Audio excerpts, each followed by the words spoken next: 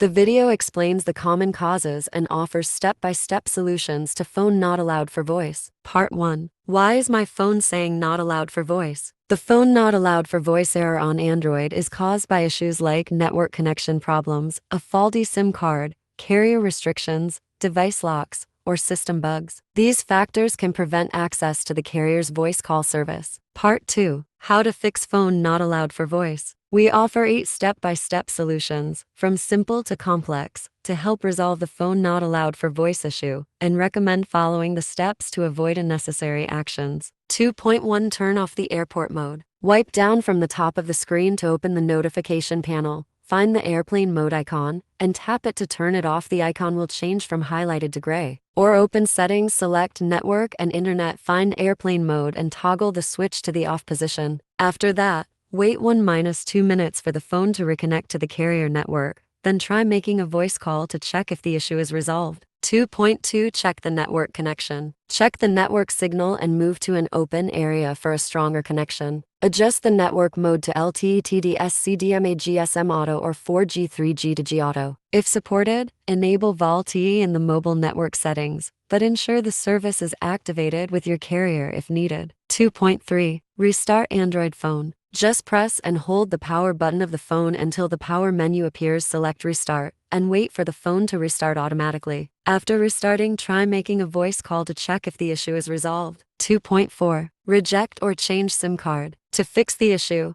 try reinserting the SIM card by turning off the phone, cleaning the contacts with an eraser, and then reinserting it. If the problem persists, check for SIM card damage or replace it with a new one. If a new SIM card works, the original SIM may be faulty. Otherwise, the issue could be with the phone itself. 2.5 Update Android. Step 1. Open Settings, select System Update. The phone will automatically check for available updates. Step 2. If there is an update, click Download and install. Ensure the phone has sufficient power and network traffic. After the update is completed, the phone will restart automatically. Then check if the voice call function is normal. 2.6 Check for device locks. To check if your phone is carrier locked or blacklisted, dial 06 to get the IMEI number. Contact your carrier's customer service with your phone number and IMEI to verify if the IMEI is blacklisted or if the phone is locked. If blacklisted, follow the carrier's unblocking process. If locked, contact the carrier to unlock it or use the appropriate SIM card. 2.7 Repair Android system issues by Android system.